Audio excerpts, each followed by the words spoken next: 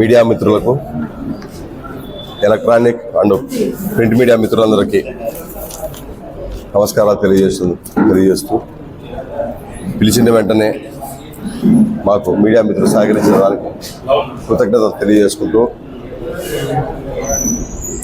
ఈరోజు మా అన్న భూమిరెడ్డి శివప్రసాద్ రెడ్డి 9వ వర్ధంతి సందర్భంగా ఆయనకు ఘనంగా నివాళులు అర్పిస్తూ ఈ వైఎస్ఆర్ కాంగ్రెస్ పార్టీ కోసం పార్టీ ఓదార్పు యాత్ర మా ముఖ్యమంత్రి జగన్మోహన్ రెడ్డి గారు ఓదార్పు యాత్ర మొదలుపెట్టిన నాటి నుంచి 2014 సార్వత్రిక ఎన్నికల వరకు క్రియాశీలకంగా పనిచేసి 2014 సంవత్సరం తెలుగుదేశం పార్టీ అధికారంలోకి వచ్చిన తర్వాత 2015 సంవత్సరం ఏప్రిల్ 29వ తారీఖున మా అన్న భూమిరెడ్డి శివప్రసాద్ రెడ్డిని ఎంఆర్ఓ ఆఫీస్కు పిలిపించి ప్రత్యర్థులు తెలుగుదేశం పార్టీ నాయకులు పిలిపించి విచక్షణారహితంగా హత్య గావించినారు. అందులో ప్రధాన ముద్దాయిలు పంజగల శ్రీనివాసులు వగైరాలతో పాటు ముఖ్యంగా ఆనాడు ఎంపీపీగా 2014 సంవత్సరంలో ఎంపీపీగా పనిచేసినటువంటి బండమీదపల్లి గ్రామానికి సంబంధించినటువంటి డివి పాలిమర్స్ అధినేత దగ్గబాటి వెంకట ప్రసాద్ నేతృత్వంతో ఆయన హత్య కేసులో ముద్దాయిలతో పాటు మా కుటుంబ ప్రధాన శత్రువులైనటువంటి పంజాల శ్రీనివాసులు వాళ్ళ అనుచరులకు 25 లక్షల రూపాయలు డబ్బులు ఇవ్వడంతో పాటు ఆయన vehicle Mahindra Scorpio jeep 33 jeep వారికి ముద్దాయిలకు ఇచ్చి కుట్ర పన్ని మా ఆయనను హత్య చేయించినాడు. ఆ కుట్ర కేసులో భాగంగా ఆనాడు ఆ హత్య కేసును రాప్తార్ పోలీస్ స్టేషన్ వారు 2015 సంవత్సరం నందు రాప్తార్ పోలీస్ నందు మా అన్న ఎంఆర్ఓ ఆఫీస్ నందు హత్య జరిగినట్టు పోలీస్ స్టేషన్లో కేసు అయింది. అందులో ప్రధాన ముద్దాయి దగ్గబాటి వెంకట ప్రసాద్, పంజగల శ్రీనివాసులు, హరి, ఆదెప్ప, రంగనాయుడు, శిక్షావలి, కమల్ బాబు, వెన్నపోస గోపాల్ రెడ్డి, సాంబశివారెడ్డి, కోటల ఆదెప్ప వీరందరినీ కూడా పోగు చేసి వీరికి 25 లక్షల రూపాయలు ముట్ట చెప్పి వెహికల్ ఇచ్చి మా అన్న హత్య కేసులో ప్రధాన ముద్దాయిగా ఉన్నారు. తర్వాత ఆనాడు తెలుగుదేశం పార్టీ అధికారంలో ఉన్నప్పుడు వారి అధికార బలంతో వారి యొక్క అధికార బలాన్ని ఉపయోగించుకొని 2016 సంవత్సరంలో 2016 సంవత్సరంలో ఛార్జ్షీట్ నమోదు చేసినప్పుడు కోర్టుకు ఆయన పేరును తొలగిస్తూ దగ్గబాటి ప్రసాద్తో పాటు వంకాయల ఆదెప్ప, అదేవిధంగా సాంబశివారెడ్డి వగైరాలను తొలగిస్తూ పోలీస్ స్టేషన్ వారు ఆనాడు సిఐ ఛార్జ్షీట్ నమోదు చేశాడు. పోలీస్ స్టేషన్ కోర్టు నందు ఛార్జ్షీట్ దాఖలు చేశాడు. ఆ ఛార్జ్షీట్లో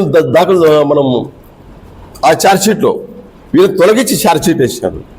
తర్వాత ఛార్జ్షీట్లో వీళ్ళు 5 పేర్లు తొలగించి కోర్టుకు సమర్పించినప్పుడు మేము వీరి మీద మళ్ళీ ప్రొటెస్ట్ పిటిషన్ వేసి 2018 సంవత్సరంలో ప్రొటెస్ట్ పిటిషన్ వేసి వీరందరూ హత్య కేసులో ముద్దాయిలు, ఈయన 25 లక్షల రూపాయలు ఆ డబ్బులు ముట్ట చెప్పినాడు, ఆయన పేరుతో ఉన్నటువంటి డివి పాలిమర్స్ పేరుతో ఉన్నటువంటి 033 వెహికల్ మీరు ఆ కేసులో ప్రధానంగా సీజ్ చేశారు. ఆ సీజ్ చేసినటువంటి వెహికల్ని కూడా దగ్గబాటి ప్రసాద్ ఆయన ప్రాపర్టీ రిలీజ్ అయిన తర్వాత ప్రాపర్టీ రికవర్లో కూడా ఆయనే సంతకం పెట్టి కోర్టునందు ఆయన ప్రాపర్టీని హ్యాండ్ ఓవర్ చేసుకున్నాడు. ప్రధాన ముద్దాయి కానప్పుడు ఆయనకు దీంట్లో ఇది లేనప్పుడు, ఈ కేసులో ఆయన సంబంధం లేనప్పుడు ఆయన వెహికల్ ఎందుకు ఇచ్చినట్టు, ఆ వెహికల్ ఈయన ఎందుకు మళ్ళా తిరిగి కోర్టునందు ప్రాపర్టీ రికవర్ దాంట్లో సంతకం పెట్టి తీసుకున్నాడు. అక్కడ చిక్కిపోయాడు ఈ దగ్గబాటి ప్రసాద్. ఆయన తర్వాత 2018లో మేము ప్రొటెస్ట్ చేసి ఆనాడు వీరు అధికార బలంతో మేము ప్రొటెస్ట్ పిటిషన్ ఇస్తే దాన్ని విచారణ రానియకుండా వాయిదాల పద్ధతిలో కాలయాపన చేసుకుంటా మొత్తం ఆ కేసు అంతా నీరుగార్చే పరిస్థితి తీసుకొచ్చారు. అయినా మేము పట్టు వదలకోకుండా ఈ యొక్క ముద్దాయిలు ఏ ఒక్కరు కూడా తప్పించుకోకూడదని మేము కోర్టుకు విన్నవించుకొని ప్రొటెస్ట్ పిటిషన్ దాఖలు చేస్తే తర్వాత కోర్టు నందు విచారణ జరిపి ఈ విధంగా జడ్జిమెంట్ ఇచ్చారు.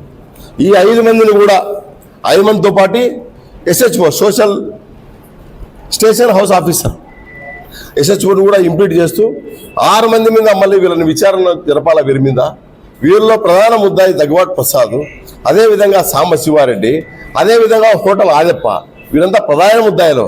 వీరందరినీ కోర్టు బోన్లో నిలబెట్టి విచారణ చేయాలని ప్రధాన సాక్షులందరినీ విచారించిన తర్వాత వీళ్ళు కోర్టు ఇచ్చిన జడ్జిమెంట్ కాపీ ఇది. ఆ జడ్జిమెంట్ కూడా ఎంత సమయం పట్టింది తెలుసునా? 2018లో ప్రొటెస్ట్ పిటిషన్ వేస్తే వాయిదాల రూపంలో ఎన్ని వాయిదాలు కోర్టులంతో, ఈయన అధికార బలంతో, ఈయన డబ్బు మదంతో వీళ్ళని కూడా మేనేజ్ చేసుకుంటా, అడ్వకేట్లను పీపీలను మేనేజ్ చేసుకుంటా ఇన్ని వాయిదాలు వేసారు.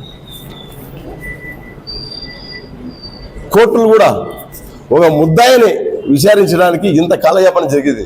నిజంగా శోచనీయం. మన న్యాయ వ్యవస్థలో కూడా మార్పు రావాలా. బాధాకరం ఏంటంటే ఒక ముద్దాయిలకు శిక్ష పడకోకుండా కేసును కాలయాపన జరుపుకుంటూ వస్తున్నారు. ఏదైతే నష్టపోయిన కుటుంబాలకు అండగా నిలవాల్సిన న్యాయస్థానాలు కూడా కోర్టులు జాప్యం చేస్తున్నాయి.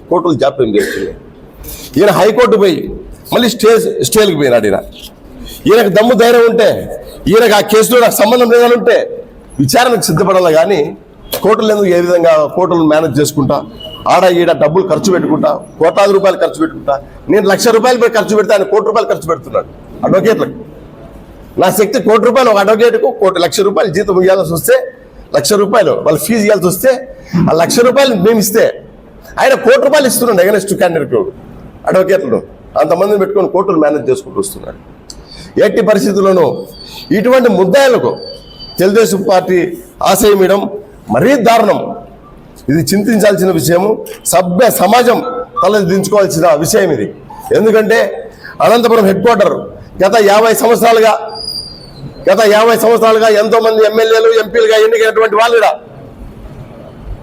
ఏ ఒక్కరు కూడా నేర చరిత్ర లేకోకుండా అనంతపురం హెడ్ క్వార్టర్ ప్రశాంతమైన వాతావరణంలో ఎంతో మంది విద్యావంతులు, మేధావులు, కర్షకులు, కార్మికులు, వ్యాపారస్తులు ఎన్నో రకాల మంది ఉపాధి ద్వారా ఇక్కడ బతుకుతూ వాళ్ళు 10 మందికి జీవనాన్ని సాగిస్తూ 10 మందికి జీవనాన్ని కల్పిస్తూ ఇక్కడ జీవిస్తున్నటువంటి అనంతపురం పట్టణంలో ప్రశాంతంగా జీవిస్తున్నటువంటి తరుణంలో ఒక హత్య కేసులో ముద్దాయికి తెలుగుదేశం పార్టీ సీట్ ఇవ్వడము, మరి వారికి అండగా ఏదైతే ఈ పార్టీ ఇవ్వడంతో పాటు వాళ్ళకి రక్షణగా మన హత్య కేసులో ముద్దాయిలు కూడా ఈ దగ్గుబాటి ప్రసాద్కి తిప్పుకుంటున్నారు. అతనికి అండగా ఈ అనంతపురంలో దౌర్జన్యాలు చేయాలా,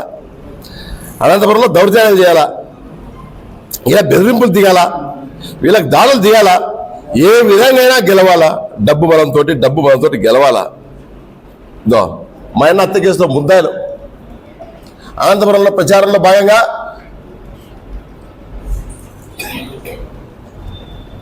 ముద్దాయిలను ఎండ పెట్టుకొని తిరుగుతున్నాడు దగ్గుబాటి ప్రసాద్.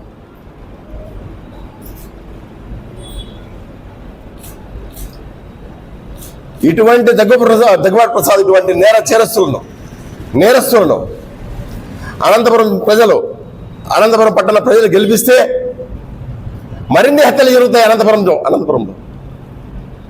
భూములకు రక్షణ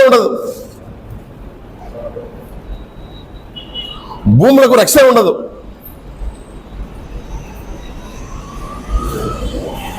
ఏ ఒక్కరు కూడా ప్రశాంతంగా బతికే పరిస్థితి ఉండదు. అనంతపురంలో అలజడి, అశాంతే మనం చూసాం. గతం 2014 నుంచి 2019 వరకు ఈ దగ్గుబాటి ప్రసాద్ నీచ చరిత్ర ఏంది, ఈయన సాగించిన పరిపాలన ఏంది రాప్తాడు మండల ప్రజలంతా చూశారు. ఇలా 2015 సంవత్సరంలో మా అన్నను హత్య గావించిన తర్వాత రాప్తాడు మండలంలో భూ కబ్జాలు, అదేవిధంగా 2018 సంవత్సరంలో రాప్తాడు మండలంలోని గొందేటిపల్లి గ్రామంలో పసుపు కుంకుమ పేరుతోటి ఒక ప్రోగ్రాం నిర్వహిస్తుంటే మహిళల మీద అత్యంత పాశవికంగా దాడులు చేశాడు ఈ దగ్గుబాటి ప్రసాద్. మీరు కావాలనుకుంటే నేను చెప్పేది అబద్ధమైతే మీరు ఆ గ్రామస్తులు విచారించండి, మీరు ఆ గ్రామంలో కనుక్కోండి. అదేవిధంగా బండమీదపల్లి గ్రామానికి లోకేష్ బాబు ఎర్రబుక్కు బాబు లోకేష్ పర్యటనకు వచ్చినప్పుడు ఎర్రగుంట గ్రామంలో స్టోడీల కృష్ణారెడ్డి ఇంటి మీద దాడి, వాళ్ళ ఇంట్లో ఫర్నిచర్ ధ్వంసం, ఈ విధంగా అరాచకాలు సృష్టించినటువంటి దగ్గుబాటి ప్రసాద్ ఈరోజు అనంతపురం పట్టణానికి ప్రశాంతంగా బతుకుతున్నటువంటి పట్టణంలో ఒక అరాచక శక్తికి సీట్ ఇచ్చి గెలిపించి భూ కబ్జాలు చేయండి, హత్యలు చేయండి, దాడులు చేయండి అని ఆ క్రమంలోనే చంద్రబాబు నాయుడు ప్రోత్సహించి లోకేష్ బాబు ఎర్రబుక్కులో పేర్లు ఇచ్చి ఇలా పోటీ చేయించినాడు. ఇటువంటి దుర్మార్గం ఎన్నుకుంటే మరిన్ని దాడులు జరగడమే కాకుండా విపరీతమైన విధ్వంసాలు సృష్టిస్తారు అనంతపురంలో. అదేవిధంగా ఈ దగ్గుబాటి చదువు 175 ఏం చదువు ఇది? అడగ నిన్నావా 175? నవ్వుతారు అనంతపురం ప్రజలు, సోషల్ మీడియా సోదరులంతా సోషల్ మీడియాలు చూసి ప్రజలంతా నవ్వుతారు. ఏం చదువు రయ్యింది చదువు, ఎడ చదువుకున్నారు రయ్యింది చదువు. వీడు 13 సంవత్సరాలకి ఏం చదివాడు? పీజీ. మేము 23 సంవత్సరాలు పట్టింది నాకు డిగ్రీ కంప్లీట్ చేసుకోవడానికి. మంచి కాలేజీలో చదివినా మాకు 23 సంవత్సరాలు పట్టింది డిగ్రీ కాలేజ్ కంప్లీట్ చేసుకోవడానికి. వీడు 13 సంవత్సరాలకు ఉన్నతమైన కాలేజీల్లో 13 సంవత్సరాలకి ఏ విధంగా డిగ్రీ చదివినాడు? ఈయన చదివింది పోనీ వీళ్ళ కుటుంబ నేపథ్యం ఏంది? ఇతని కుటుంబ నేపథ్యం ఏంది? బండమీదపల్లి గ్రామంలో వీళ్ళ నాయన గారు 4 అన్నదమ్ములు అయితే వీళ్ళ తాతకున్న ఆస్తి 48 ఎకరాలు. వీళ్ళ ఆస్తి 48 ఎకరాలు. వీళ్ళ నాయన భాగానికి వచ్చింది 12 ఎకరాలు 13 ఎకరాలు మ్యాక్సిమం. వీళ్ళు 4 అన్నదమ్ములు. మళ్ళీ ఆడ పంచుకుంటూ వచ్చేది మంచికి 4 ఎకరాలు. ఆనాడు 2 ఎకరాలు బాబు ఆ స్థాయికి పోతే ఈయన 4 ఎకరాలు బాబు సన్నబాబు. మరి ఏ విధంగా ఇన్ని కోట్లకు ఇన్ని వేల కోట్లకు అధిపతి అయినాడు డివి పాలిమర్స్ అధినేత ఎట్లయినాడు? ఏ విధంగా అయినాడు? ఏ విధంగా దోపిడీలు దందాలు చేసింటే, ఏ విధంగా స్కాములు చేసింటే ఈ స్థాయికి రాగలుగుతాడు? మేము కూడా పుట్టుకతో వ్యవసాయం చేస్తున్నాం గత 40 సంవత్సరాలుగా. మా నాయనగారు వ్యవసాయం, మా అన్న వ్యవసాయం, నేను వ్యవసాయం చేస్తున్నా. ఈరోజు మేము మామూలు జీపులో తిరిగే మాకు డీజిల్ వేసుకునే ఇబ్బంది పడుతున్నాం. దగ్గుబాటి ప్రసాద్ ఎక్కడిది ఇంత ఆస్తి, ఇంత డబ్బు ఎక్కడి నుంచి వచ్చింది? నువ్వు సిఫ్లాన్ డ్రగ్స్ అనంతపురంలో సిఫ్లాన్ డ్రగ్స్ అనంతయ్య దగ్గర పనిచేసినప్పుడు నీ జీతం ఎంత? గత 25 సంవత్సరాల కిందట నీ జీతం ఎంత? 4,000 రూపాయలు నీ జీతం. నీతో పాటు జీతం పనిచేసేటోళ్ళు, నీతో పాటు జీతానికి గారు పనిచేసేటోళ్ళు ఈరోజు 24,000 జీతం వాళ్ళకు. నువ్వు ఆనాడు సైకిల్ తొక్కుంటూ వచ్చినవి 4,000 రూపాయలు జీతానికి పనిచేసినవి. అనంతయ్య సిఫ్లాన్ డ్రగ్స్ అనంతయ్య దాంట్లో కంపెనీలో 4,000 రూపాయలు జీతానికి పనిచేసిన వానివి. నువ్వు ఏ విధంగా ఇన్ని కోట్లకు పడగలెత్తినావు? ఏం పని చేసినావు? అక్కిటికి చెప్పు ప్రసాద్, మాకు చెప్పొద్దు. మీ చిన్నారి గారు చెప్పు. మీ చిన్నారి గారు ఇప్పటికి అదేవిధంగా ఊర్లో మామూలు సామాన్య అతి సామాన్య రైతులు ఏ విధంగా అయితే జీవిస్తున్నారో అదేవిధంగా జీవిస్తున్నారు. మాకొద్దు, మీ కిటుకు చెప్పు, మీ చిన్నారికి చెప్పు. ఆ కిటుకు 2015లో పైన హత్య జరిగిన తర్వాత నువ్వు అంత ధైర్యవంతులుగా సచ్చీలుగా నువ్వు మాట్లాడుతున్నావే. నువ్వు ఏనాడైనా రాప్తాడు మండలంలో నువ్వు పరిపాలన సాగించినావా? పారిపోయినావు, దాచిపెట్టుకున్నావు. వైఎస్ఆర్ కాంగ్రెస్ పార్టీ నాయకులకు కార్యకర్తలకు భయపడి నువ్వు హైదరాబాద్ పట్టణానికి చేరుకున్నావు. చీకట్లో వచ్చినావు 3 నెలలకు ఒకసారి 6 నెలలకు ఒకసారి వచ్చి 30 మంది 40 మంది పోలీసులను రాప్తాడు మండల కేంద్రంలోనే ఎండి ఆఫీస్ చుట్టూ మనుషులు డిపార్ట్మెంట్ను పెట్టుకొని నువ్వు సాయంత్రం వచ్చి సర్వసభ్య సమావేశాలు నిర్వహించినట్టు దొంగ సంతకాలు చేసుకున్నావు. చివరిలో వచ్చినావు 2018లో మీ నాయకులు వచ్చినప్పుడు పసుపు కుంకుమన్నప్పుడు ఏదో ప్రోటోకాల్ పాడో ప్రదేశి అని వచ్చినావు. ఏనాడైనా వీడు సాగించినావా పరిపాలన? దాచిపెట్టుకున్నావు, పరిగెత్తిపోయి దాచిపెట్టుకున్నావు. నువ్వు అంత నిజాయితీ పడు, నువ్వు అంత పరిస్థితి, నేను నేనంత తోపంటున్నావే.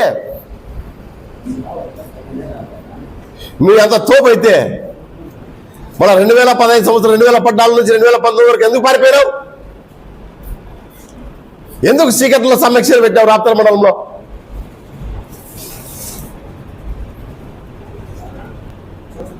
నువ్వంత సచివుడుగా ప్రసాద్ అడుగుతున్నాం. ఇవాళ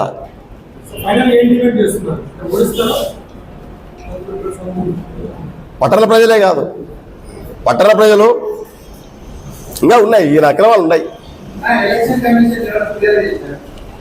చేస్తున్నాం. ఇంకా ప్రసన్నాయపల్లి గ్రామ పంచాయతీలో దీప్తి అమ్మాయి, దీప్తి సర్వే నెంబర్ 123 ఇదంతా వంకపురం బోకులు ఇవన్నీ.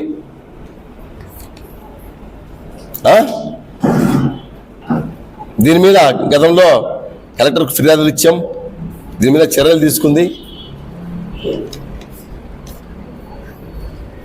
ఇది పత్రికలో వచ్చిండేది సమాచారం, నేనే ఇచ్చాను మా గ్రామ పంచాయతీ నుంచి. వీళ్ళ సమీప బంధువు దీప్తి పేరిత 3 ఎకరాలు, సర్వే నెంబర్ 123 3వ లెటర్. ఇది వంకపురం బోకు. ఎవరు కొనడానికి కానీ సాగు చేసుకోవడానికి కానీ ఇవి సహజ వనరులు. వంకలు, వంక పరంబోకులు, కొండలు, గుట్టలు, వాగులు, ఇటువంటివన్నీ సహజ వనరులు. దీనిలో ఎవరు పట్టాలు చేసుకోవడానికి కానీ పట్టాలు అమ్ముకోవడానికి కానీ వీలు లేదు. అటువంటి దాన్ని కూడా ఇతను దగ్గుబాటి ప్రసాద్ ఎంపీపీగా ఉన్నప్పుడు ఇటువంటి పట్టాలు వదలలే. మొత్తం సహజ వనరులన్నీ కొలగొట్టారు వీళ్ళు. ల్యాండ్ కన్వర్షన్ కావాలంటే రియల్ ఎస్టేట్ వాటాదారులందరినీ, రియల్ ఎస్టేట్ వ్యాపారస్తులందరినీ భయభ్రాంతులకు గురి చేసి ఒక్కొక్కరితో ఎకరాకి 15 లక్షల రూపాయలు వసూలు చేశాడు ఈ దగ్గుబాటి ప్రసాద్. ఎక్కడి నుంచి వచ్చింది నీకు ఇంత అక్రమమైన సొమ్ము? నీ భాగానికి వచ్చేది 4 ఎకరాల్లో ఇన్ని వేల కోట్లకి ఎట్లా పడగలెత్తినావు? దివి పాలిమర్ సంస్థ ఎట్లా ఏ విధంగా స్థాపించినావు? ఏ విధంగా పైపుల ఫ్యాక్టరీ స్థాపించినావు? 2019 తర్వాత నువ్వు తెలుగుదేశం పార్టీ 2019 వరకు తెలుగుదేశం పార్టీ నాయకుడిగా దౌర్జన్యం సాగించినావే. 2019 నుండి 2024 వరకు, ఈనాటి వరకు మన తెలుగుదేశం పార్టీ సీట్ తెచ్చుకునే వరకు నువ్వు ఎక్కడైనా అనంతపురం పట్టణ ప్రజలకు కానీ రాప్తాడు ప్రజలకు కానీ సర్వీస్ చేసావా? 2014 పూర్వం ఏమైనా ఎవరికైనా సర్వీస్ చేసావా? ఎవరు కాళ్ళు పెట్టుకుని నువ్వు వ్యాపారాలు చేసావు? వైజాగ్లోను, హైదరాబాద్లోను, అనంతపురం రూరల్ మండలంలోను ఎవరు కాళ్ళు పెట్టుకుని నువ్వు వ్యాపారాలు చేసావు? ఎవరు దయాదాక్షిణ్యాలతో బతికావు? ఇన్ని రోజులు భయంతో దాచిపెట్టుకుని బతికావు. ఎవరు దయాదాక్షిణ్యాలతో బతికావు? మా రాప్తాడు మండల ప్రజలందరికీ తెలుసు. రాప్తాడు మండల ప్రజలకే కాదు, అనంతపురం రూరల్ మండల ప్రజలందరికీ తెలుసు. నువ్వు ఎవరిని కాళ్ళు పట్టుకున్నావు, ఎవరిని చేతులు పట్టుకున్నావు అనేది. ప్రసాద్, నిన్ను క్షమించేది లేదు. నిన్ను ప్రజాకోర్టులో ఓడడమే కాదు, ఈ ప్రజాకోర్టులో నిన్ను ఓడడమే కాదు, కోర్టులో కూడా, న్యాయ వ్యవస్థలో కూడా చట్ట ప్రకారం నిన్ను శిక్షించి నిన్ను కఠిన కారాగార శిక్ష విధించే వరకు నీతో పాటు నీ సహచరులైన పంజగల సీనా, అదేవిధంగా శిక్షావళి, రంగానాయుడు, ఇటువంటి నీ అల్లరి మూకల్లో చిల్లరగాళ్ళంతా, నీ చిల్లరగాళ్ళందరినీ నిన్ను కూడా శ్రీకృష్ణ జన్మస్థానంలో పెట్టే వరకు కూడా నిన్ను నిద్రపోమని ఈ మీడియా సాక్షిగా ప్రమాణం చేసి చెప్తున్నా ఈరోజు.